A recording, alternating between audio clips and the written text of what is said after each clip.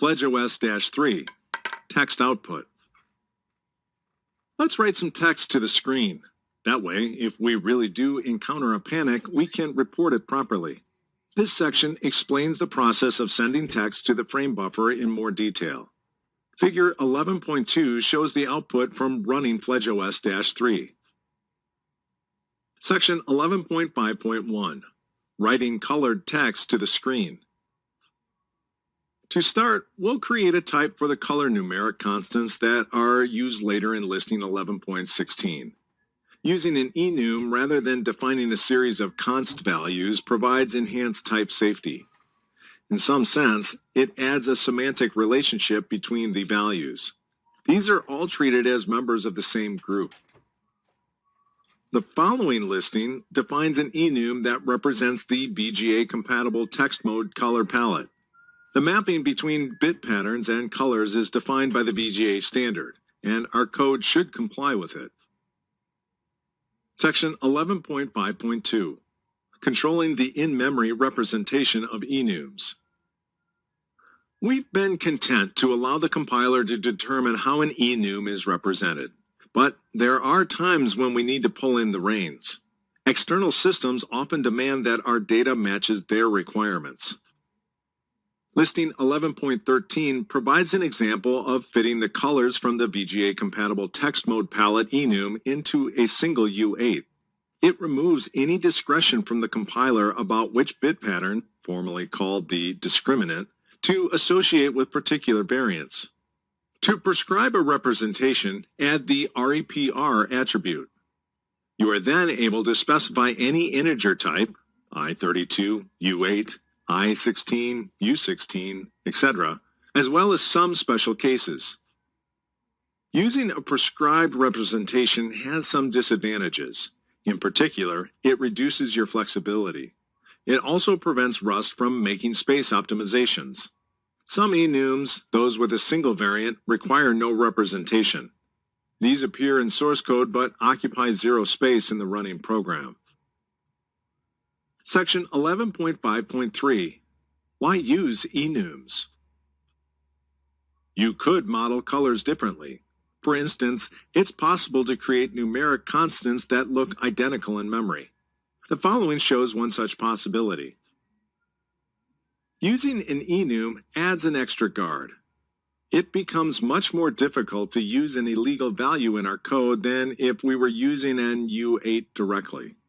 You will see this demonstrated when the cursor struct is introduced in listing 11.17.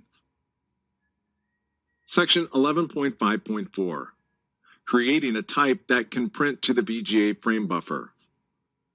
To print to the screen, we'll use a cursor struct that handles the raw memory manipulation and can convert between our color type and what is expected by VGA. As the following listing shows, this type manages the interface between our code and the VGA frame buffer. This listing is another excerpt from listing 11.16. Section 11.5.5, printing to the screen.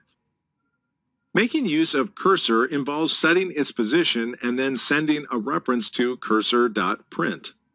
The following listing, an excerpt from listing 11.16, expands the _start function to also print to the screen. Section 11.5.6, FledgeOS-3 source code. FledgeOS-3 continues to build on FledgeOS-0, FledgeOS-1, and FledgeOS-2. Its src/main.rs file includes the additions from this section. The complete file is presented in the following listing and is available to download from code/ch11/CH11-FledgeOS-3/src/main.rs. To compile the project, repeat the instructions in section 11.2.1, replacing references to FledgeOS-0 with FledgeOS-3. Section 11.6, FledgeOS-4, Custom Panic Handling. Our panic handler, repeated in the following snippet, calls core intrinsics abort. This shuts down the computer immediately without providing any further input. Section 11.6.1. Implementing a panic handler that reports the error to the user. For the benefit of anyone doing embedded development or wanting to execute Rust on microcontrollers, it's important to learn how to report where a panic occurs. A good place to start with is core FMT write.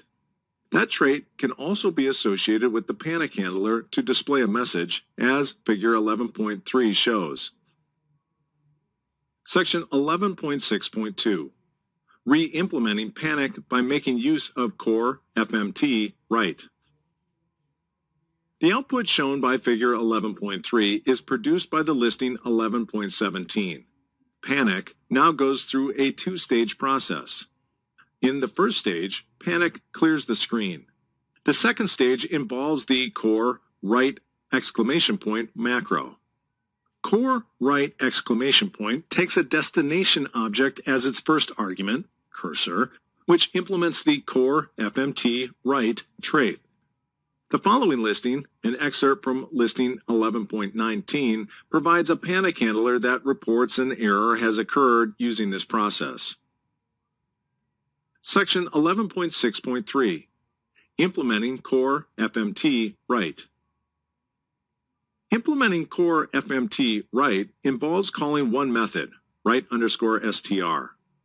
The trait defines several others, but the compiler can auto-generate these once an implementation of write_str is available. The implementation in the following listing reuses the print method and converts the UTF-8 encoded &str into a &U8 surrounded by square brackets with the 2_bytes method. The code for this listing is in this file. Section 11.6.4. Fledge-4 source code. The following listing shows the user-friendly panic handling code for FledgeOS. You'll find the source for this listing in this file. As with earlier versions, to compile the project, repeat the instructions at section 11.2.1, but replace references to FledgeOS-0 with FledgeOS-4. Summary. Writing a program that is intended to run without an operating system can feel like programming in a barren desert. Functionality that you take for granted, such as dynamic memory or multithreading, is not available to you. In environments such as embedded systems that do not have dynamic memory management, you will need to avoid the Rust standard library with the &, _no_std surrounded in square brackets annotation. When interfacing with external components, naming symbols become significant. To opt out of Rust name mangling facilities, use the &, !no_mangle surrounded by square brackets attribute. Rust's internal representations can be controlled through annotations. For example, annotating an enum with #! REPR of U8 surrounded by square brackets forces the values to be packed into a single byte. If this doesn't work, Rust refuses to compile the program. Raw pointer manipulation is available to you, but type-safe alternatives exist.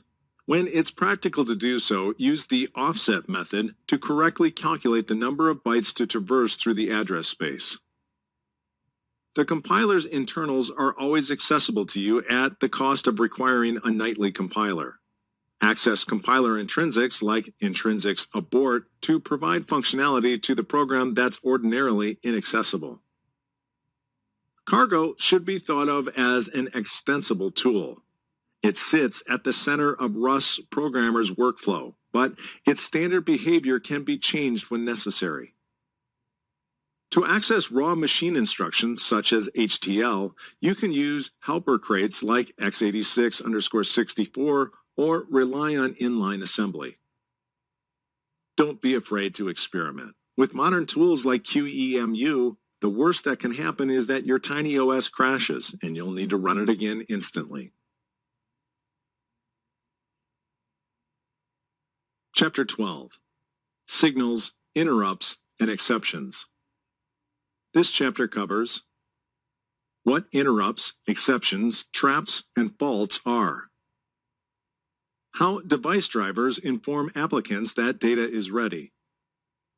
How to transmit signals between running applications.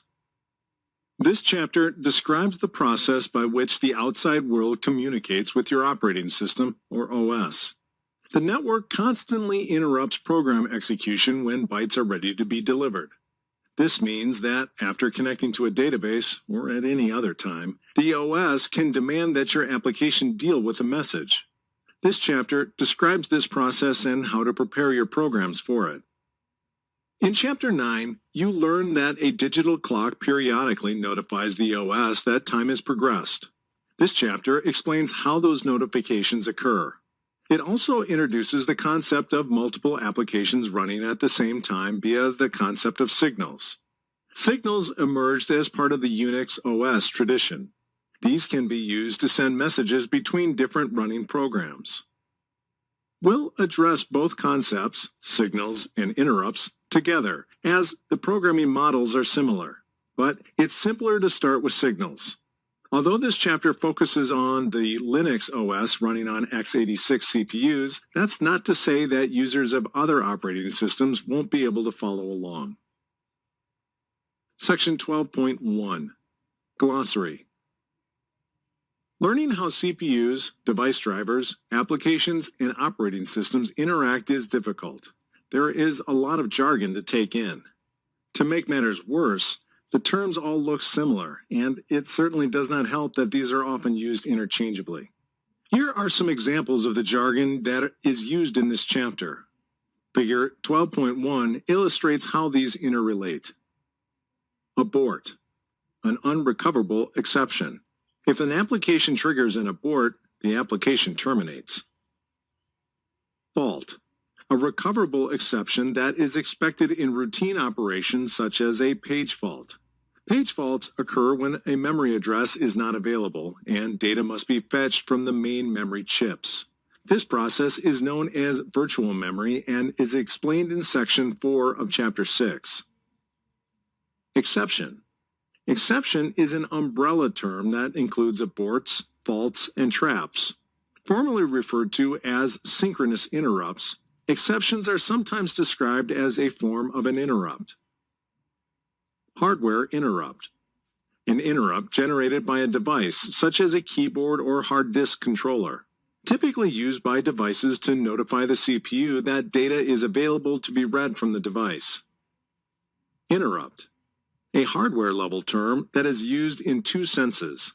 It can refer to only synchronous interrupts, which include hardware and software interrupts. Depending on context, it can also include exceptions. Interrupts are usually handled by the OS.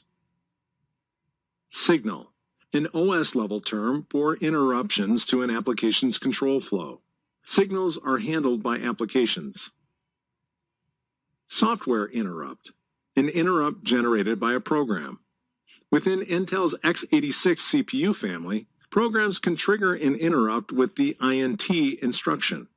Among other uses of this facility, debuggers use software interrupts to set breakpoints. Trap, a recoverable exception such as an integer overflow detected by the CPU. Integer overflow is explained in Section 5.2. Note: the meaning of the term exception may differ from your previous programming experience. Programming languages often use the term exception to refer to any error, whereas the term has a specialized meaning when referring to CPUs. Section 12.1.1 Signals versus interrupts. The two concepts that are most important to distinguish between are signals and interrupts. A signal is a software-level abstraction that is associated with an OS. An interrupt is a CPU-related abstraction that is closely associated with the system's hardware. Signals are a form of limited interprocess communication. They don't contain content, but their presence indicates something. They're analogous to a physical, audible buzzer. The buzzer doesn't provide content, but the person who presses it still knows what's intended as it makes a very jarring sound. To add confusion to the mix, signals are often described as software interrupts. This chapter, however, avoids the use of the term interrupt when referring to a signal. There are two forms of interrupts which differ in their origin. One form of interrupt occurs within the CPU during its processing. This is the result of attempting to process illegal instructions and trying to access invalid memory addresses. This first form is known technically as synchronous interrupt, but you may have heard it referred to by its more common name, exception. The second form of interrupt is generated by hardware devices, like keyboards and accelerometers. This is what's commonly implied by the term interrupt.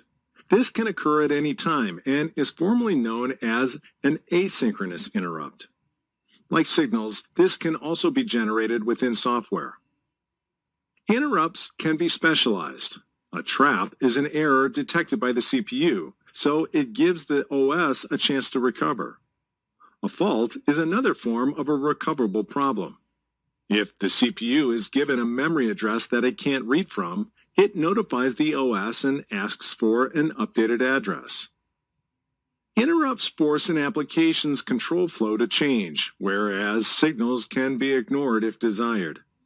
Upon receiving an interrupt, the CPU jumps to the handler code, irrespective of the current state of the program. The location of the handler code is predefined by the BIOS and OS during a system's boot-up process. Treating signals as interrupts. Handling interrupts directly means manipulating the OS kernel. Because we would prefer not to do that in a learning environment, we'll play fast and loose with the terminology. The rest of this chapter, therefore, treats signals as interrupts. Why simplify things? Writing OS components involves tweaking the kernel. Breaking things there means that our system could become completely unresponsive without a clear way to fix anything. From a more pragmatic perspective, avoiding tweaks to the kernel means that we'll avoid learning a whole new computer toolchain. To our advantage, code that handles signals looks similar to code that handles interrupts. Practicing with signals allows us to keep any errors within our code constrained to our application, rather than risking bringing the whole system down. The general pattern is as follows. 1. Model your application's standard control flow. 2. Model the interrupted control flow and identify resources that need to be cleanly shut down if required. 3. Write the interrupt or signal handler to update some state and return quickly. 4. You will typically delegate time-consuming operations by only modifying a global variable that is regularly checked by the main loop of the program. 5. Modify your application's standard control flow to look for the go, no-go flag that a signal handler may have changed. Section 12.2. How interrupts affect applications. Let's work through this challenge by considering a small code example. The following listing shows a simple calculation that sums two integers. Irrespective of the number of hardware interrupts, C is always calculated. But the program's wall clock becomes non-deterministic because the CPU performs different tasks every time it runs. When an interrupt occurs, the CPU immediately halts execution of the program and jumps to the interrupt handler.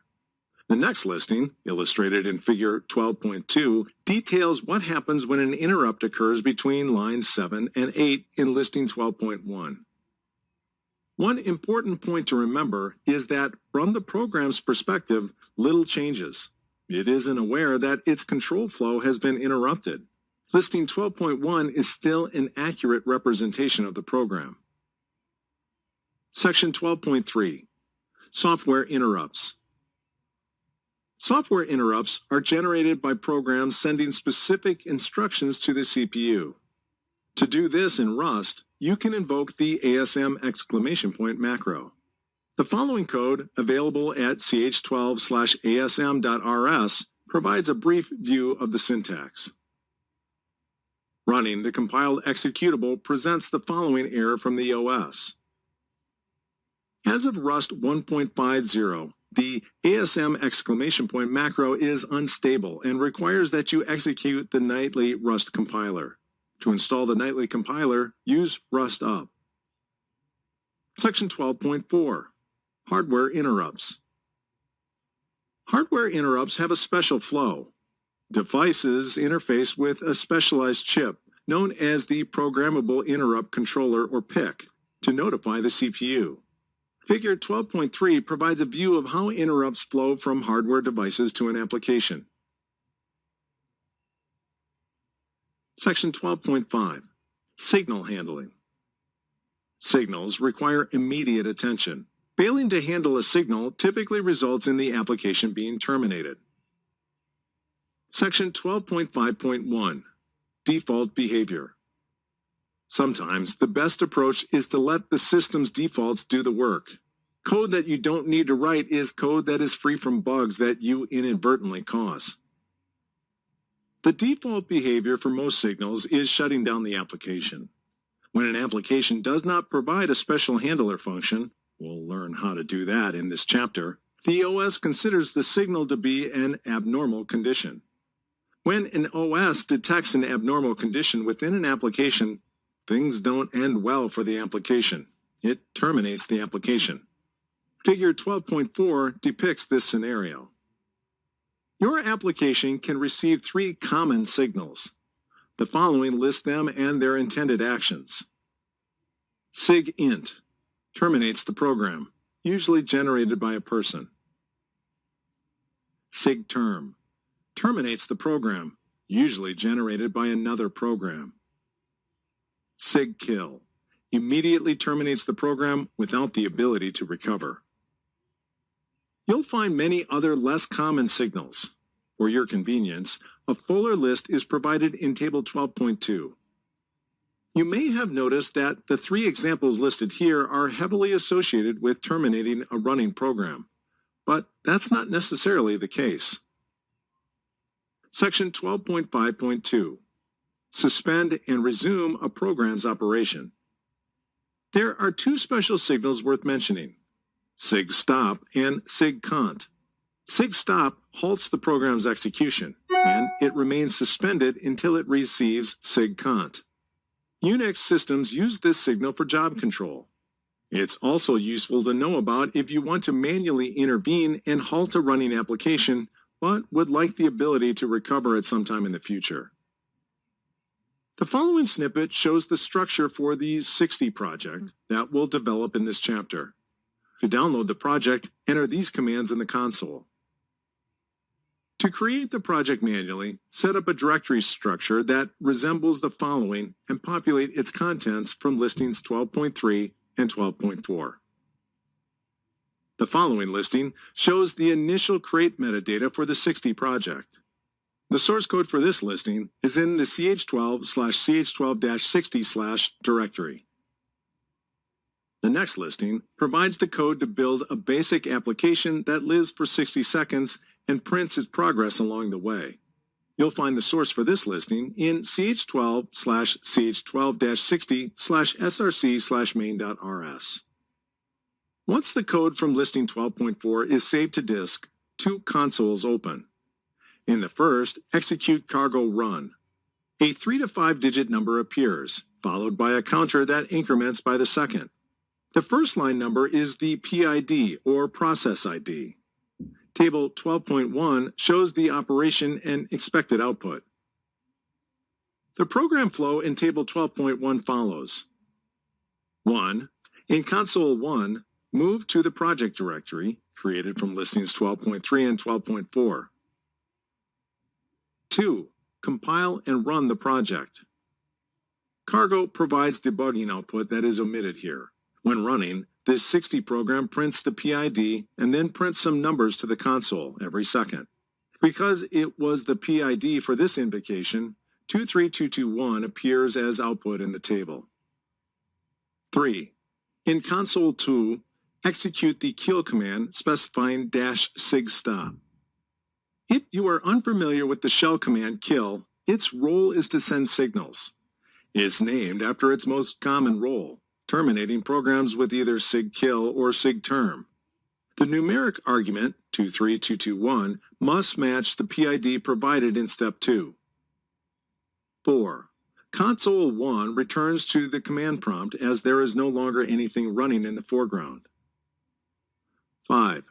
Resume the program by sending sigcont to the PID provided in Step 2. 6. The program continues counting.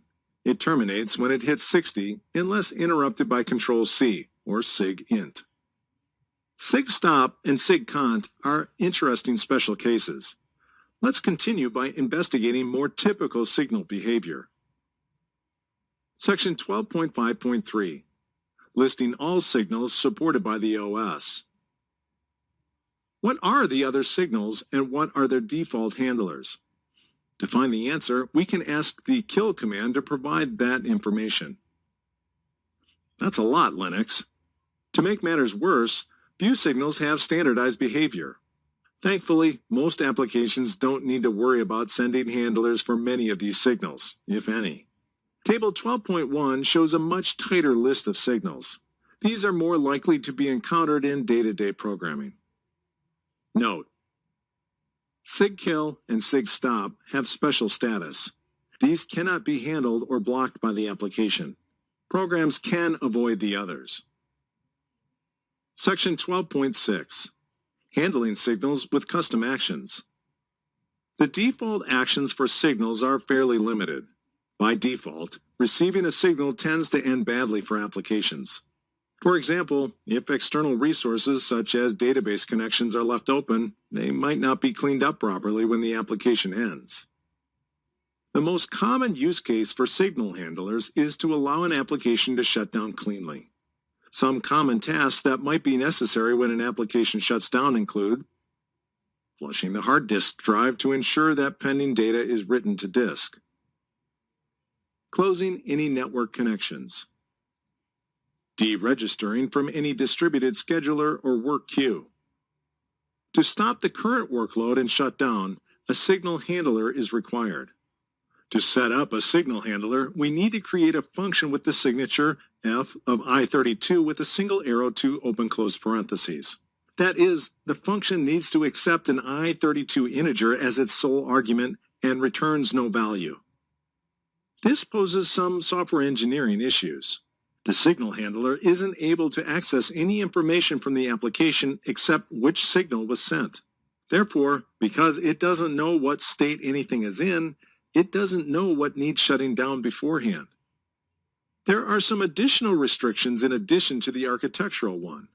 Signal handlers are constrained in time and scope. These must also act quickly within a subset of functionality available to general code for these reasons. Signal handlers can block other signals of the same type from being handled. Moving fast reduces the likelihood of operating alongside another signal handler of a different type. Signal handlers have reduced scope in what they're permitted to do. For example, they must avoid executing any code that might itself generate signals. To wriggle out of this constrained environment, the ordinary approach is to use a Boolean flag as a global variable that is regularly checked during a program's execution. If the flag is set, then you can call a function to shut down the application cleanly within the context of the application. For this pattern to work, there are two requirements. The signal handler's sole responsibility is to mutate the flag. The application must regularly check the flag to detect whether the flag has been modified. To avoid race conditions caused by multiple signal handlers running at the same time, signal handlers typically do little. A common pattern is to set a flag via a global variable. Section 12.6.1. Global variables in Rust. Rust facilitates global variables accessible anywhere within the program, by declaring a variable with the static keyword in global scope. Suppose we want to create a global value shut_down that we can set to true when a signal handler believes it's time to urgently shut down. We can use this declaration. Note: static mute is read as mutable static, irrespective of how grammatically contorted that is. Global variables present an issue for Rust programmers. Accessing these, even just for reading, is unsafe. This means that code can become quite cluttered if it's wrapped in unsafe blocks. This ugliness is a signal to wary programmers. Avoid global state whenever possible. Listing 12.6 presents an example of a static mute variable that reads from line 12 and writes to lines 7 through 9. The call to random on line 8 produces Boolean values. Output is a series of dots. About 50% of the time, you'll receive output that looks like what's shown in the following console session. Footnote 1. Output assumes a fair random number generator, which Rust uses by default. This assumption holds as long as you trust your operating system's random number generator. The following listing provides the metadata for listing 12.6. You can access its source code in this file. The following listing presents our toy example. Its source code is in this file. Section 12.6.2. Using a global variable to indicate that shutdown has been initiated.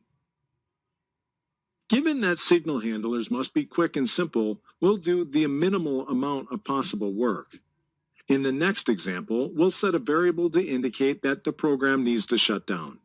This technique is demonstrated by listing 12.8, which is structured into these three functions. Register_signal_handlers communicates to the OS via libc, the signal handler for each signal. This function makes use of a function pointer, which treats a function as data. Function pointers are explained in section 11.7.1. Handle_signals handles incoming signals. This function is agnostic as to which signal is sent, although will only deal with sigterm. Main initializes the program and iterates through a main loop. When run, the resulting executable produces a trace of where it is. The following console session shows the trace. Note: if the signal handler is not correctly registered, terminated may appear in the output. Make sure that you add a call to register_signal_handler early within main. Listing 12.8 does this on line 38. The following listing shows the package and dependency for listing 12.8. You can view the source for this listing in this file. When executed, the following listing uses a signal handler to modify a global variable. The source for this listing is in this file. In the preceding listing, there is something special about the calls to libc signal on lines 40 and 41. Libc signal takes a signal name, which is actually an integer, and an untyped function pointer, known in C parlance as a void function pointer, as arguments and associates the signal with the functions. Rust's fn keyword creates function pointers.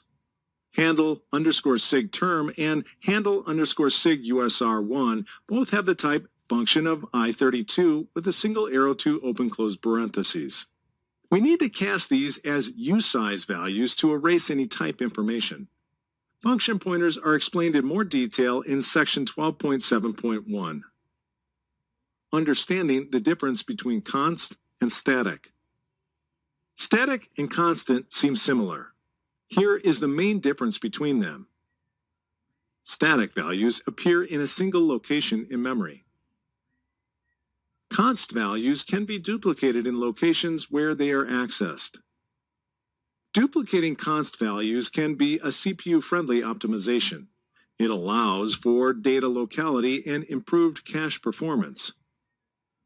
Why use confusingly similar names for two different things?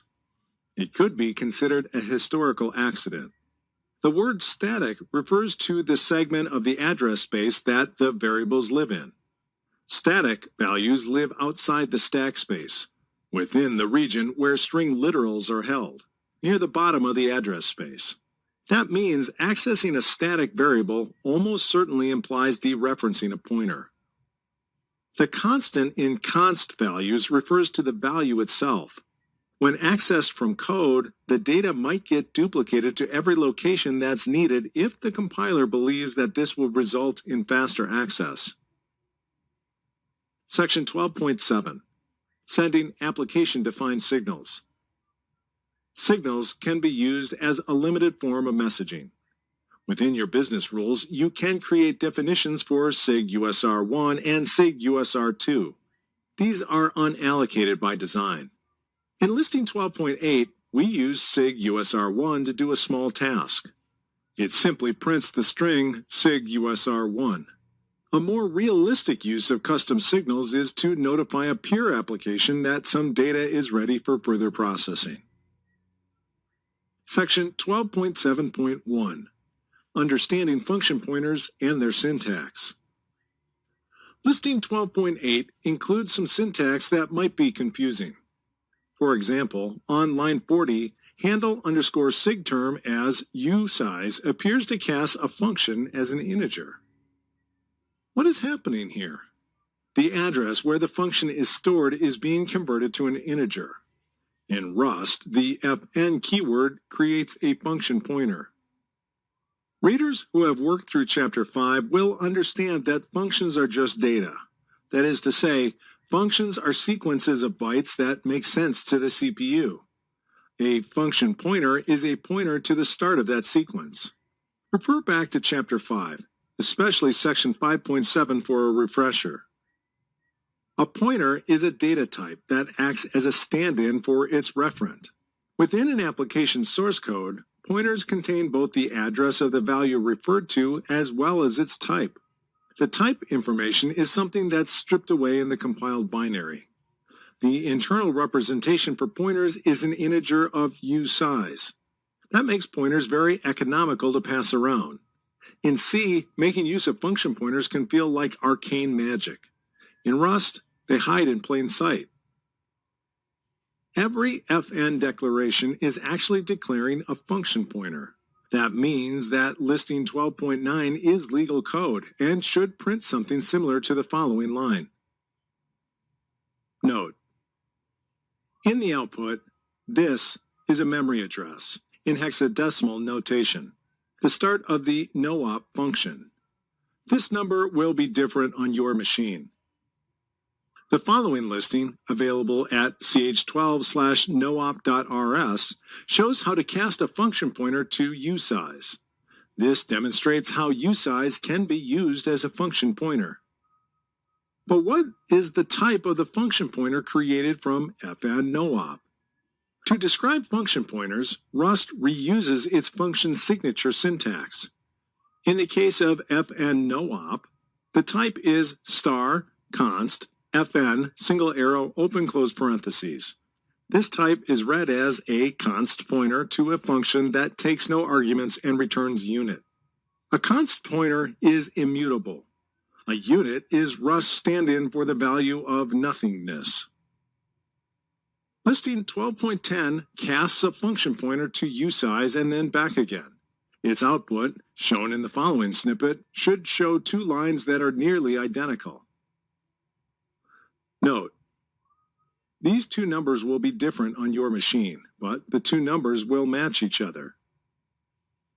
Section 12.8. Ignoring signals.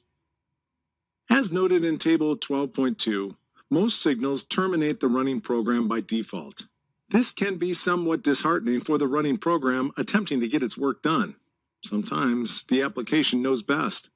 For those cases, many signals can be ignored. SIG_stop and SIG_kill aside, the constant sig_ign can be provided to libc signal instead of a function pointer. An example of its usage is provided by the ignore project. Listing 12.11 shows its cargo.toml file, and listing 12.12 shows src/main.rs. These are both available from the ch12/ch12-ignore project directory. When executed, the project prints the following line to the console. The ignore project demonstrates how to ignore selected signals. On line 6 of listing 12.12, libc sig_ign, short for signal ignore, is provided as the signal handler to libc signal. The default behavior is reset on line 13.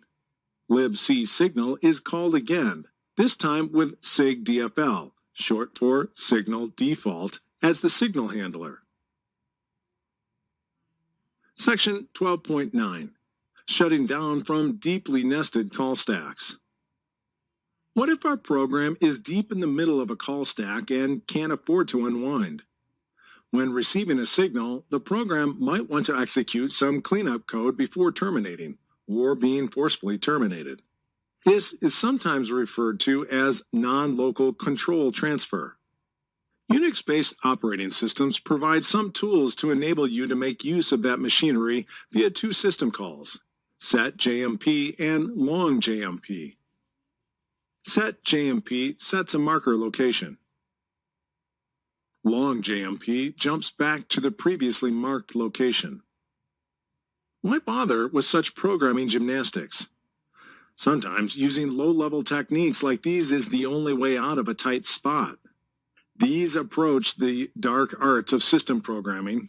To quote the man page, setJMP and longjmp are useful for dealing with errors and interrupts encountered in a low-level subroutine of a program. Linux Documentation Project, setJMP 3. These two tools circumvent normal control flow and allow programs to teleport themselves through the code. Occasionally, an error occurs deep within a call stack. If our program takes too long to respond to the error, the OS may simply abort the program, and the program's data may be left in an inconsistent state. To avoid this, you can use longjmp to shift control directly to the error handling code. To understand the significance of this, consider what happens in an ordinary program's call stack during several calls to a recursive function, as produced by the code in listing 12.13. Each call to dive adds another place that control eventually returns to. See the left-hand side of table 12.3. The longjmp system call, used by listing 12.17, bypasses several layers of the call stack. Its effect on the call stack is visible on the right-hand side of table 12.3. On the left side of table 12.3, the call stack grows one step as functions are called, then shrinks by one as each function returns. On the right side, the code jumps directly from the third call to the top of the call stack. The following listing depicts how the call stack operates by printing its progress as the program executes. The code for this listing is in this file. There's a lot of work to do to make this happen. The Rust language itself doesn't have the tools to enable this control flow trickery. It needs to access some provided by its compiler toolchain. Compilers provide special functions known as intrinsics to application programs. Using an intrinsic function with Rust takes some ceremony to set up, but that operate as a standard function once the setup is in place. Section 12.9.1. Introducing the SJLJ project. The SJLJ project demonstrates contorting the normal control flow of a function. With the help of some assistance from the OS and the compiler, it's actually possible to create a situation where a function can move to anywhere in the program. Listing 12.17 uses that functionality to bypass several layers of the call stack, creating the output from the right side of table 12.3.